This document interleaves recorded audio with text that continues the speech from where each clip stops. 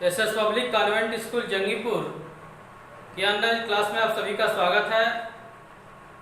कक्षा 10 के जीव विज्ञान में आज हम लोग मनुष्य में दोहरा परिवहन पढ़ेंगे या मनुष्य में दोहरा परिसंचरण क्या होता है। हार्ट के बारे में आपको बताया गया है। देखिए, मनुष्य के शरीर में शुद्ध और अशुद्ध रुधिर अलग अलग बहता है। शुद्ध रुधिर धमनियों में बहता है, अशुद्ध रुधिर शिराओं में बहता है। यानी कि आर्टरीज में प्योर ब्लड और वेन्स में इम्प्योर ब्लड बहता है। अब ये जो परिवहन पथ होता है, दो परिवहन पथ होता है, दो रास्ते होते हैं जिनसे होकर शरीर में ब्लड जो है बहता रहता है। इसका दो रास्ता है। अशुद्ध ब्लड को हृदय से शुद्ध होकर आने में उस ब्लड को हार्ट से दो बार गुजरना पड़ता है। इसी को कहते हैं दोहरा परिवहन या दोहरा परिसंचरण। अशुद्ध ब्लड को शुद्ध होकर हृदय से बाहर निकलने में उसको हृदय में दो बार गुजरना पड़ता है। यानी कि दो बार हृदय में वो गुजरता है, तब शुद्ध होकर आता है, जिसको कहते हैं दोहरा परिवहन। आइए देखते क्या है। हार्ट को बताया गया था आपको कि ये तिकोने आकार का ये हार्ट होता है, ठीक ना। ये तिकोने आकार का हार्ट होता है। इस सेप्टम द्वारा बटे होते हैं। इसमें 4 चेंबर होते हैं। 4 चेंबर इस तरह से, ऊपर वाले को अलिंद कहते हैं और नीचे वाले को नीलय कहते हैं। इस तरह से बताया गया था आपको। यह एक हार्ट की बनावट होती है। यहाँ पे अग्र महाशिरा होता है, यहाँ पे पश्च महाशिरा होता है। ब्लड इसके दोनों साथ एक साथ यहाँ किससे जुड़ता है, अलिंद में आता है। अलिंद है कौन, दाया अलिंद है, और ये बाया अलिंद, और ये बाया नीलय है, और ये बाया दाया नीलय। दाया नीलय इस तरह से आपको बताया गया था, ठीक ना। यहाँ पे एक कपाट पाया जाता है जिसको ट्राइकैस्पिड कपाट कहते हैं, और यहाँ अर्धचंद्राकार कपाट होता है। यहाँ से नली बाहर निकलती है, दो भागों में बढ़ जाती है। ये पल्मोनरी धमनी होती है, और यहाँ दैहिक महाधमनी होती है, और यहाँ पे शिराएं होती है। इस तरह से ये शिराएं होती है जो आकर इसमें गिरती है। अब देखिए, इसके दो रास्ते होते हैं। फुफ्फुसिया पल्मोनरी परिवहन एक को कहेंगे और दूसरे को कहेंगे दैहिक सिस्टमेटिक परिवहन। फुफ्फुसिया पल्मोनरी परिवहन में होता क्या है कि इस परिवहन पथ में दाहिना नीलय के संकुचन से उसमें भरा हुआ ब्लड जो है इससे आता है। दाहिने नीलय में अशुद्ध ब्लड है।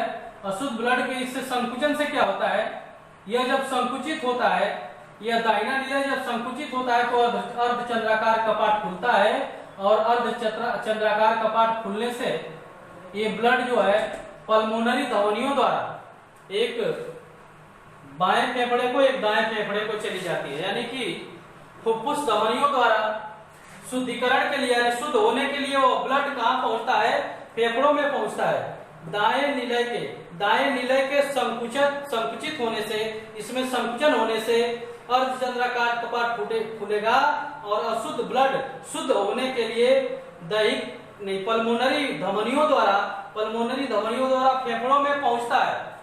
और फेफड़ों से जो अशुद्ध रुधिर होता है, फेफड़ों से जो शुद्ध रुधिर होता है, वह दो जोड़ी फुफ्फुस शिराओं द्वारा, दो जोड़ी फुफ्फुस शिराएं हैं, दो जोड़ी फुफ्फुस शिराओं द्वारा कहाँ आकर भर जाता है, बाया अलिंद में आकर भर जाता है। यानी कि इससे ब्लड फेफड़े में चला जाता है, और फेफड़े का शुद्ध ब्लड जो है आकर बाएं अलिंद में भर जाता है। दैहिक सिस्टमेटिक परिवहन में देखेंगे, इस परिवहन पथ में बाएं नीलय के संकुचन से, यह बाएं नीलय संकुचित ब्लड इसमें से आकर यहाँ से डाइकैस्पिड कपाट पाया जाता है। बताए थे आपको इसमें डाइकैस्पिड कपाट, यानी कि डाइकैस्पिड वाल्व, द्विबलन कपाट, यह खुलता है, ब्लड आता है बायां नीलय में। बाएं नीलय के संकुचन से क्या होता है कि बायां नीलय जब संकुचित होता है तो यहाँ का अर्धचंद्राकार कपाट खुलता है, और ब्लड जो है दैहिक महाधमनी द्वारा शरीर के विभिन्न भागों में पहुंचता है और शरीर के अग्रभाग और पश्च भाग से अशुद्ध रुधिर आकर दाया अलिंद में भर जाता है। तो ये दो रास्ते हैं, एक को कहेंगे पल्मोनरी परिवहन, दूसरे को कहेंगे सिस्टमैटिक परिवहन। पल्मोनरी परिवहन में क्या होता है, पल्मोनरी परिवहन में दायां निलय संकुचित होता है और इसमें का अशुद्ध ब्लड शुद्ध होने के लिए फेफड़ों में जाता है महाधमनियों द्वारा, फुफ्फुस धमनियों द्वारा फेफड़े में जाता है और फेफड़े का शुद्ध ब्लड, फेफड़े में से शुद्ध ब्लड दो जोड़ी फुफ्फुस शिराओं द्वारा आकर बायां अलिंद में भरता है। सिस्टमैटिक परिवहन में क्या होता है कि बायां निलय के संकुचन से इसमें का शुद्ध ब्लड दैहिक महाधमनियों द्वारा और धमनियों द्वारा शरीर के विभिन्न भागों में पहुंचता है और शरीर के अग्रभाग और पश्च भाग से अशुद्ध रुधिर आकर दायां निलय में गिरता है, पहुंचता है। तो इस तरह से हम देख रहे हैं कि ब्लड को, अशुद्ध ब्लड को, यहां से अशुद्ध ब्लड है उसको देखिए यहाँ पे आया अशुद्ध ब्लड, फिर गया फेफड़े में, फेफड़े से शुद्ध हुआ और शुद्ध होकर फिर बाएं भाग में आता है, बाएं नीले में आता है, यहाँ से दैहिक महाधमनी द्वारा शरीर के विभिन्न भागों में जाता है। तो वही अशुद्ध ब्लड को शुद्ध होकर आने में उसको हार्ट से 2 बार गुजरना पड़ता है। देखिए आधे भाग में आता है तो फेफड़े में जाता है, फेफड़े में शुद्ध होता है, मतलब ऑक्सीजन उसमें मिलती है, कार्बन डाइऑक्साइड निकाल दी जाती है, ऑक्सीजन युक्त ब्लड जो शुद्ध होकर फिर फुफ्फुस शिराओं द्वारा इस बाएं भाग में आता है और बाएं भाग से फिर वह शरीर में जाता है। तो देख रहे हैं यहाँ से गया है, फिर बाहर फेफड़े में गया, फेफड़े से फिर हार्ट में आया है। तो अशुद्ध ब्लड को शुद्ध होकर आने में उसको हार्ट से 2 बार गुजरना पड़ता है, जिसको दोहरा परिवहन कहते हैं। मनुष्य में यही दोहरा परिवहन है। आज के वीडियो में बस इतना ही, धन्यवाद।